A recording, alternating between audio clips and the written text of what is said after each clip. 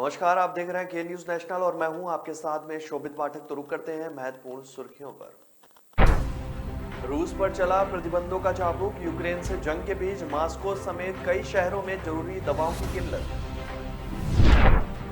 छत्तीसगढ़ को बड़ी सफलता, सबसे कम बेरोजगारी दर वाले राज्यों में पाया पहला स्थान, मुख्यमंत्री ने की प्रशंसा।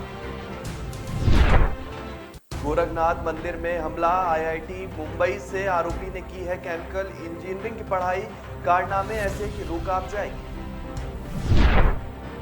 अनिल देशमुख कंधे की सर्जरी के लिए अस्पताल में भर्ती, मलिक की हिरासत 18 अप्रैल तक बढ़ाई गई। और केंद्रीय मंत्री शोभा बोली कि हिंदू ना खाएं हलाल मीट, यह समाज के लिए एक वर्ग के लिए ही है। यूक्रेन पर रूस के हमले के बाद पश्चिमी देशों ने कई प्रतिबंध लगाए हैं, जिससे कई चीजों की सप्लाई पर काफी असर देखा जा रहा है। ऐसे में सोशल मीडिया पर रूस में जरूरी दवाओं को स्टोर करने के मैसेज देखे जा रहे हैं। मॉस्को समेत अन्य शहरों में कुछ दवाएं जो हैं वो मिलना मुश्किल हो गई है। कजान के एक नागरिक ने बताया है कि शहर के एक भी केमिस्ट के पास जो है वो दवाएं मौजूद नहीं है।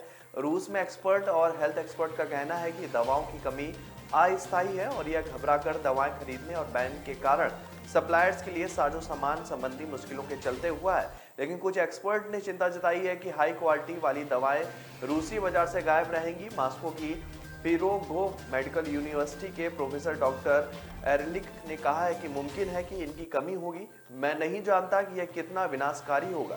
मार्च के शुरुआत में ही रूसियों को केमिस्ट पर कुछ दवाएं न मिलने की खबरें आने लगी थी। रूस के डेगेस्टन क्षेत्र में मरीजों के अधिकारों के लिए काम करने वाले समूह पेशेंट मॉनिटर के प्रमुख जियाउद्दीन ओवेशोव ने बताया कि उन्होंने क्षेत्र के कई सरकारी केमिस्ट पर निजी तौर पर 10 सबसे ज्यादा मांग वाली दवाओं की उपलब्धता का पता किया था और उनके पास बहुत अधिक संख्या में दवाएं नहीं बची थी। मार्च के अंत तक आते आते कई शहरों के कई लोगों ने बताया कि उन्हें थायराइड की दवाओं, इंसुलिन या बच्चों के लिए दर्द निवारक सिरप की तलाश में कई दिन बिता दिए हैं और कुछ का कहना है कि उन्हें कहीं पर ये दवाएं नहीं मिली है।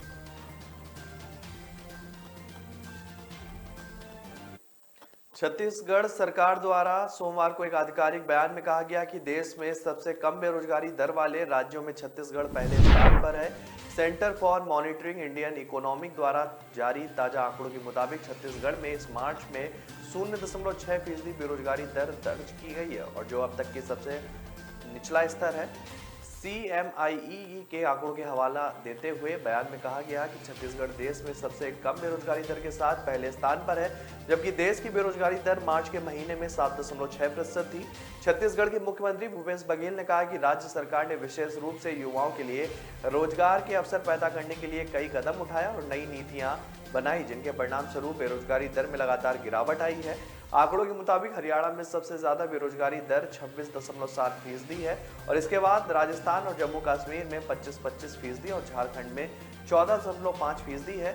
छत्तीसगढ़ सरकार ने 3 साल पहले महात्मा गांधी के ग्राम स्वराज्य के दृष्टिकोण के अनुरूप राज्य के समावेशी विकास की परिकल्पना के अनुरूप विकास का एक नया मॉडल अपनाया और सुरजी गांव योजना, नरवा गरवा बारी कार्यक्रम और गोधन न्याय योजना सहित विभिन्न योजनाएं शुरू की गई। बयान में कहा गया कि ग्रामीण अर्थव्यवस्था को बढ़ावा देने के लिए राजीव गांधी किसान न्याय योजना आदि भी शामिल है। गोरखपुर के गोरखनाथ मंदिर में रविवार एक शख्स ने सुरक्षा में तैनात सिपाहियों पर हमला कर दिया। इस घटना में 2 पुलिसकर्मी गंभीर रूप से घायल हो गए हैं। आरोपी का नाम अहमद मुर्तजा अब्बासी है। अपराधी घटना के जरिए कोई बड़ा संदेश देना चाहता था। दूसरी तरफ मंदिर की सुरक्षा में तैनात सिपाहियों पर हमले की खबर मिलते ही पुलिस अफसर मौके पर दौड़ पड़े। गोरखपुर से लखनऊ तक अफसरों के मोबाइल फोन घनघनाने लगे। मुख्यमंत्री कार्यालय से पूरी घटना की जानकारी ली गई। पुलिस की गिरफ्त में आए अहमद मुर्तजा अब्बासी ने आईआईटी मुंबई से केमिकल इंजीनियरिंग की पढ़ाई की है। वह परिवार के साथ मुंबई में ही रहता था। अक्टूबर 2020 से गोरखपुर में आकर रहने लगा। परिवार वालों ने पुलिस को बताया कि अहमद मुर्तजा अब्बासी शनिवार को ही घर से निकला था। घर में किसी से ज्यादा बात नहीं करता था, अपने कमरे से बहुत कम निकलता था।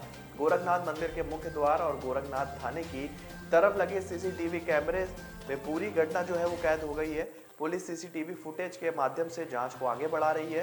पुलिस पता लगाने का प्रयास कर रही है कि आरोपी अकेला था या फिर उसके साथ अन्य कोई और भी व्यक्ति थे। अगर कोई मददगार था तो वह कौन था, इन सब बातों पर जांच की जा रही है। महाराष्ट्र के चर्चित भ्रष्टाचार व मनी लॉन्ड्रिंग मामले के आरोपी अनिल देशमुख को कंधे की सर्जरी के लिए शनिवार को अस्पताल में भर्ती कराया गया है। उन्हें 1 अप्रैल को सीबीआई ने अपनी हिरासत में ले लिया था। उधर दाऊद इब्राहिम से जुड़े मनी लॉन्ड्रिंग मामले में गिरफ्तार महाराष्ट्र के मंत्री नवाब मलिक की न्यायिक हिरासत 18 अप्रैल तक बढ़ा दी गई है। देशमुख को गत वर्ष नवंबर में ईडी ने अवैध वसूली व मनी लॉन्ड्रिंग मामले में गिरफ्तार किया था। तब से वह जेल में ही बंद है। 1 अप्रैल को सीबीआई ने उन्हें 100 करोड़ रुपए की अवैध वसूली के मामले में पूछताछ के लिए अपनी हिरासत में लिया है।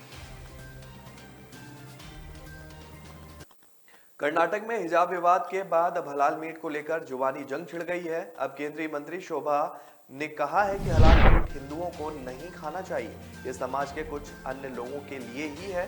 कर्नाटक के पंचायत राज मंत्री के.एस. ईश्वरप्पा ने भी इस मामले में बयान दिया है। कई भाजपा नेता पहले ही हलाल मीट के खिलाफ राय जता चुके हैं।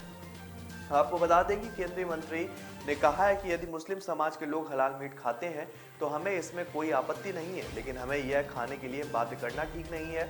हलाल मीट के लिए हाल ही में सर्टिफिकेट की मांग बढ़ गई है। उन्होंने कहा है कि मामला फिलहाल कोर्ट में है, मामले में जनता की राय लेना चाहिए। उधर कर्नाटक सरकार ने ग्रामीण विकास और पंचायत राज मंत्री के.एस. ईश्वरप्पा ने कहा है कि हलाल ऐसी धारणा है जिससे कुछ लोगों ने बनाया है, खासकर कुछ दलालों ने।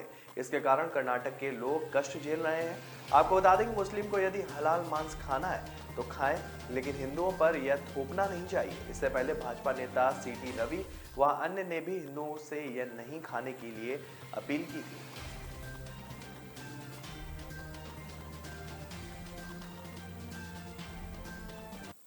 तो ब्रेक पर जाने से पहले रुक करते हैं महत्वपूर्ण सुर्खियों पर। रूस पर चला प्रतिबंधों का चाबुक, यूक्रेन से जंग के बीच मास्को समेत कई शहरों में जरूरी दवाओं की किल्लत। छत्तीसगढ़ को बड़ी सफलता, सबसे कम बेरोजगारी दर वाले राज्यों में पाया पहला स्थान, मुख्यमंत्री ने की प्रशंसा। गोरखनाथ मंदिर में हमला, आईआईटी मुंबई से आरोपी ने की है केमिकल इंजीनियरिंग की पढ़ाई, कारनामे ऐसे कि रूह कांप जाएगी। अनिल देशमुख कंधे की सर्जरी के लिए अस्पताल में भर्ती, मलिक की हिरासत 18 अप्रैल तक बढ़ाई गई।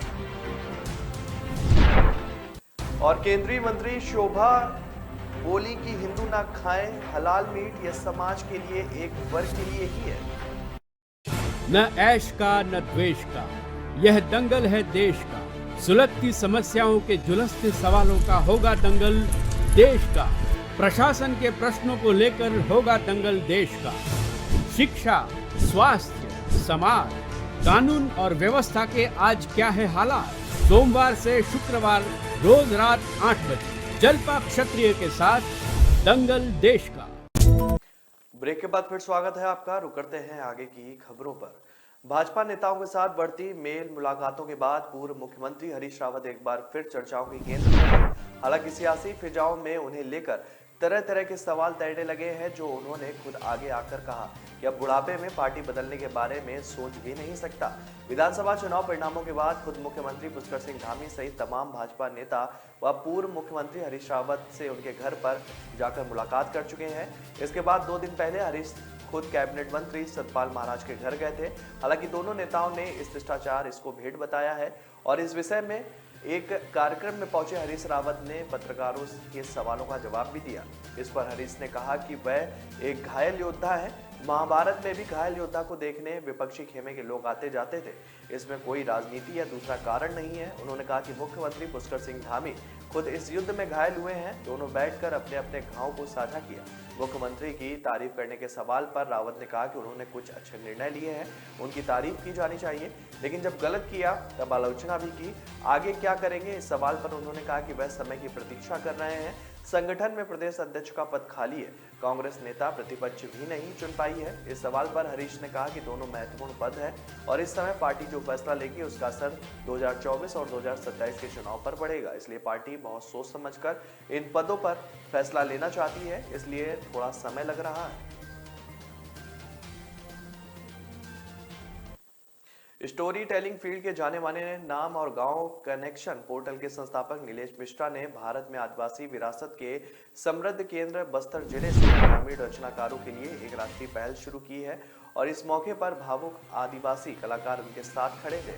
छत्तीसगढ़ के मुख्यमंत्री भूपेश बघेल की मौजूदगी में नीलेश मिश्रा ने बस्तर के जिलाधिकारी रजत बंसल के साथ शनिवार को समझौता ज्ञापन का आदान प्रदान किया। इसके साथ ही उन्होंने 10,000 क्रिएटर्स प्रोजेक्ट के तहत जिले को अपना पहला साझेदार भी बनाया।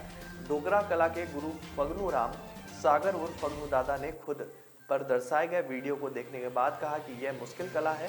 मैं चाहता हूं कि मेरे बाद मेरे बच्चे और उनके बच्चे भी इस कला को सीखें और आगे बढ़ाएं। उनके इस वीडियो को मुख्यमंत्री ने भी उत्सुकता के साथ देखा। ढोकरा और लौ धातु की कलाकृति निर्माण की कला है और भारत में इससे सबसे प्राचीन कला स्वरूपों में माना जाता है। छत्तीसगढ़ के चिलकुटी गांव के रहने वाले फगनू दादा दर्शकों के बीच बैठे थे, तभी नीलेश मिश्रा ने उन्हें मंच पर साथ चलने को कहा। इसके बाद वे अपनी लाठी के सहारे मंच पर पहुंचे और मुख्यमंत्री ने उनको सम्मानित किया। स्टोरी टेलिंग के बादशाह नीलेश मिश्रा ने कहा कि हम प्रसन्न हैं कि फगनू दादा को आज सम्मानित किया गया।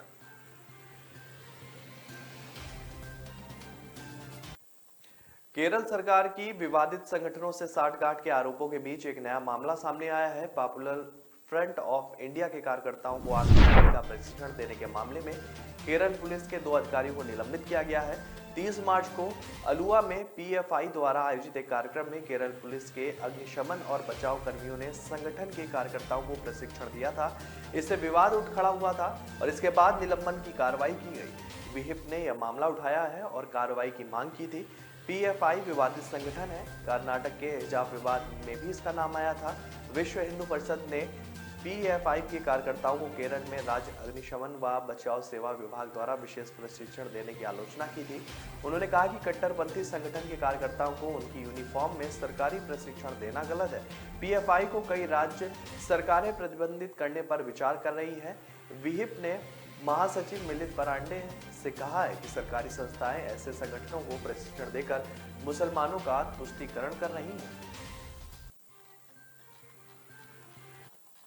प्रदेश में सत्तारूढ़ भाजपा की धामी 2 सरकार ने कामकाज शुरू कर दिया है। इधर मुख्य विपक्षी दल कांग्रेस अब तक नेता प्रतिपक्ष का चुनाव भी नहीं करा पाई है। गणेश गोदियाल के पद से इस्तीफा देने के बाद प्रदेश अध्यक्ष का पद भी खाली पड़ा है। ऐसे में दोनों महत्वपूर्ण पदों के रिक्त होने से कांग्रेस कार्यकर्ताओं और नेताओं के बीच बेचैनी है। हालांकि दोनों पदों पर पार्टी भी भीतर खाने जबरदस्त लॉबिंग चल रही है। विधानसभा चुनाव में मिली हार की जिम्मेदारी लेते हुए गणेश गोदियाल ने बीते माह 15 मार्च को अध्यक्ष पद से इस्तीफा दिया था, जबकि नई सरकार के गठन के बाद नेता प्रतिपक्ष का भी चयन नहीं हो पाया। निवर्तमान नेता प्रतिपक्ष प्रीतम सिंह का कार्यकाल नई सरकार के गठन के बाद स्वतः ही समाप्त हो गया था। पिछले दिनों प्रभारी देवेंद्र यादव के अध्यक्षता में हुई विधानमंडल दल की बैठक में महत्वपूर्ण पदों पर नई नियुक्तियों के लिए एक लाइन का प्रस्ताव पास कर राष्ट्रीय नेतृत्व पर फैसला लेने की जिम्मेदारी छोड़ी गई थी। तब से पार्टी में भीतर खाने दोनों पदों को लेकर लॉबिंग तो खूब हो रही है, लेकिन बाहर खुलकर कोई भी कुछ बोलने को तैयार नहीं है। पार्टी सूत्रों की माने तो जिस तरह के समीकरण बन रहे हैं उनमें से निवर्तमान नेता प्रतिपक्ष प्रीतम सिंह का पुनः नेता प्रतिपक्ष पर उनको बनाया जा सकता है। उनके नाम पर भीतर खाने हरीश रावत गुट की ओर से भी सहमति बन चुकी है। पिछले कई दिनों से भारतीय जनता पार्टी में शामिल होने की चल रही अटकलों के बीच प्रगतिशील समाजवादी पार्टी के अध्यक्ष शिवपाल सिंह यादव ने एक ट्वीट किया है। सुबह किए गए इस ट्वीट में शिवपाल यादव ने रामायण की चौपाई के साथ भगवान राम को परिवार संस्कार और राष्ट्र निर्माण की सर्वोत्तम पाठशाला बताया है। इस ट्वीट के बाद एक बार फिर से संकेत मिल रहे हैं कि शिवपाल यादव पर भगवा रंग चढ़ने लगा है। शिवपाल यादव ने सोमवार को लिखा कि प्रातःकाल उठ के भगवान का स्मरण करना अपने आप में एक अलौकिक स्मरण है। भगवान राम का चित्र परिवार संस्कार और राष्ट्र निर्माण की सर्वोत्तम पाठशाला है। चैत्र नवरात्रि आस्था के साथ ही प्रभु राम के आदर से जुड़ने व उससे गुनने का भी क्षण है। इससे 2 दिन पहले ही शिवपाल सिंह यादव ने शनिवार को प्रधानमंत्री नरेंद्र मोदी को ट्विटर पर फॉलो किया था और इसके अलावा उन्होंने मुख्यमंत्री योगी आदित्यनाथ और पूर्व उप मुख्यमंत्री डॉक्टर दिनेश शर्मा को भी फॉलो किया था। इससे पहले शिवपाल सिंह यादव पीएम और सीएमओ को ही फॉलो करते थे। शिवपाल कुल 12 लोगों को फॉलो करते हैं। इसमें राष्ट्रपति के अलावा कुछ चुनिंदा और भी व्यक्ति हैं। तो ब्रेक पर जाने से पहले रुक करते हैं महत्वपूर्ण सुर्खियों पर। रूस पर चला प्रतिबंधों का चाबुक, यूक्रेन से जंग के बीच मास्को समेत कई शहरों में जरूरी दवाओं की किल्लत। छत्तीसगढ़ को बड़ी सफलता, सबसे कम बेरोजगारी दर वाले राज्यों में पाया पहला स्थान, मुख्यमंत्री ने की प्रशंसा। गोरखनाथ मंदिर में हमला, आईआईटी मुंबई से आरोपी ने की है केमिकल इंजीनियरिंग की पढ़ाई, कारनामे ऐसे कि रूह कांप जाएगी। अनिल देशमुख कंधे की सर्जरी के लिए अस्पताल में भर्ती, मलिक की हिरासत 18 अप्रैल तक बढ़ाई गई। और केंद्रीय मंत्री शोभा बोली कि हिंदू ना खाएं हलाल मीट, यह समाज के लिए एक वर्ग के लिए ही है। न ऐश का न द्वेष का, यह दंगल है देश का। सुलगती समस्याओं के जुलसते सवालों का होगा दंगल देश का। प्रशासन के प्रश्नों को लेकर होगा दंगल देश का। शिक्षा, स्वास्थ्य, समाज, कानून और व्यवस्था के आज क्या है हालात। सोमवार से शुक्रवार रोज रात 8 बजे जलपा क्षत्रिय के साथ दंगल देश का। ब्रेक के बाद फिर स्वागत है आपका। रुक करते हैं आगे की खबरों पर। चंडीगढ़ मनाली नेशनल हाईवे पड़ोट के पास डायोड में मनाली से शिमला जा रही HRTC की बस अनियंत्रित होकर पहाड़ी से टकराकर दुर्घटनाग्रस्त हो गई है। हादसे में चालक की मौत हो गई है जबकि 20 यात्री घायल है। घायलों को एम्बुलेंस के माध्यम से जोनल अस्पताल मंडी पहुंचाया जा रहा है जबकि कुछ घायलों को पंडोह स्वास्थ्य केंद्र में उपचार दिया जा रहा है। हादसा करीब 12:45 बजे हुआ है जब बस मनाली से शिमला की ओर जा रही थी। अचानक अनियंत्रित होकर सड़क के साथ ही पहाड़ी से इसकी जोरदार टक्कर हो गई। हादसा इतना भयंकर था कि बस पूरी तरह से क्षतिग्रस्त हो गई और चालक की मौके पर ही मौत हो गई। वहीं एक बच्चा गंभीर रूप से घायल हो गया। एसपी मंडी शालिनी अग्निहोत्री का कहना है कि सूचना मिलते ही पुलिस को मौके पर भेज दिया गया है। उन्होंने कहा है कि कितनी सवारियां हैं इसकी सूचना नहीं है और राहत कार्य फिलहाल जारी है।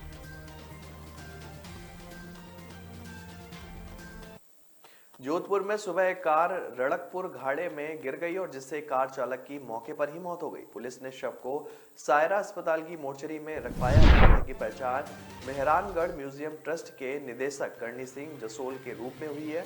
बताया जा रहा है कि वे रूपल माता का दर्शन करने जा रहे थे। इसी दौरान सुबह 6 बजे कार खाई में जा गिरी। कार में सिलेंडर रखे हुए थे जिससे एक के बाद एक कई धमाके हुए और कार के चीथड़े उड़ गए। सूचना पर पहुंची पुलिस ने शव को कार से निकाला है। वहीं हादसा इतना भयानक था कि कार में चेसिस के अलावा कुछ नहीं बचा। कार के चारों टायर पिघल गए थे। सायरा थाना अधिकारी उन्मेदियाल ने बताया कि सुबह 5 बजे 6:30 बजे के बीच एक इनोवा कार सादड़ी से सायरा की तरफ जा रही थी जो छाला छतरी से पहले विकट मोड़ पर 100 से 150 फीट गहरी खाई में गिर गई। मेहरानगढ़ म्यूजियम ट्रस्ट के निदेशक करणी सिंह जसोल जिंदा जल गए। वन विभाग ने छाला छतरी के निकट तैनात गार्ड ने कार को खाई में गिरते देखा। उसने वनपाल को सूचना दी। मौके पर दमकल ने आग को काबू में किया और सबको बाहर निकाला।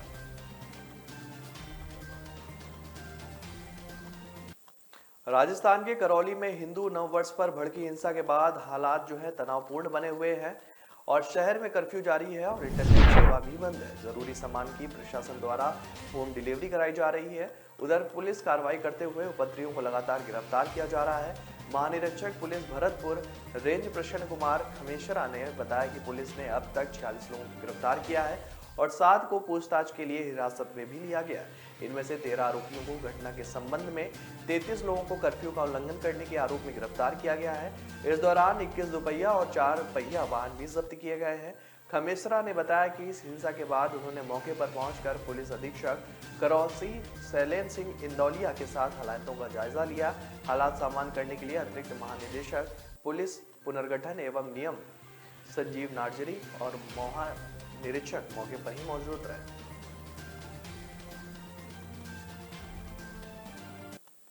बिहार के मुख्यमंत्री नीतीश कुमार ने सीएम पद छोड़ने और राज्यसभा जाने के मामले पर आज चुप्पी तोड़ दी है। उन्होंने कहा कि मीडिया में कुछ भी प्रकाशित कर देते हैं, मैं भी इसे पढ़कर हैरान हो जाता हूं। यानी कि सीएम नीतीश ने राज्यसभा जाने की बात को सिरे से खारिज कर दिया है। इसके बाद उन्होंने विधान परिषद चुनाव को लेकर भी बयान दिया है। उन्होंने कहा कि इस चुनाव में एनडीए के उम्मीदवार ही विजय होंगे। मुझे पूरी उम्मीद है कि विधान परिषद में हमारी संख्या और बढ़ेगी।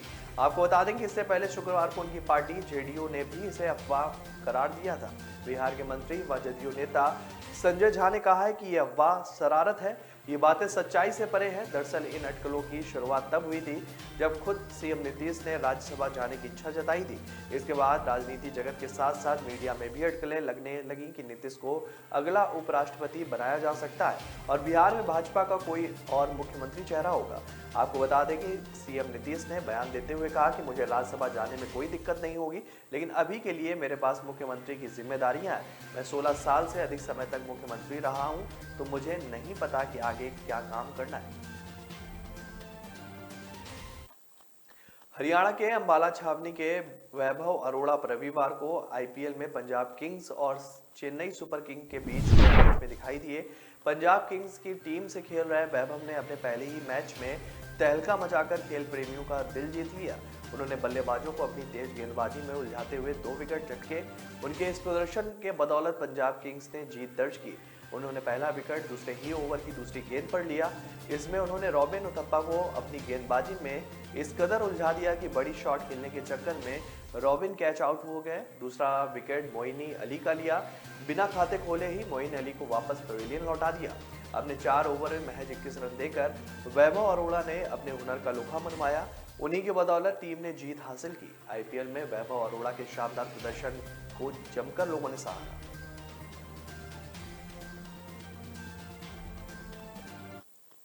तो फिलहाल इस बुलेटिन में मेरे साथ इतना ही। आगे की खबरों के लिए बने रहिए के न्यूज नेशनल के साथ। तब तक के लिए नमस्कार। रूस पर चला प्रतिबंधों का चाबुक। यूक्रेन से जंग के बीच मॉस्को समेत कई शहरों में जरूरी दवाओं की किल्लत। छत्तीसगढ़ को बड़ी सफलता, सबसे कम बेरोजगारी दर वाले राज्यों में पाया पहला स्थान। मुख्यमंत्री ने की प्रशंसा। गोरखनाथ मंदिर में हमला, आईआईटी मुंबई से आरोपी ने की है केमिकल इंजीनियरिंग की पढ़ाई। कारनामे ऐसे कि रूह कांप जाएगी। अनिल देशमुख कंधे की सर्जरी के लिए अस्पताल में भर्ती। मलिक की हिरासत 18 अप्रैल तक बढ़ाई गई। और केंद्रीय मंत्री शोभा बोली कि हिंदू ना खाएं हलाल मीट, यह समाज के लिए एक वर्ग के लिए ही है।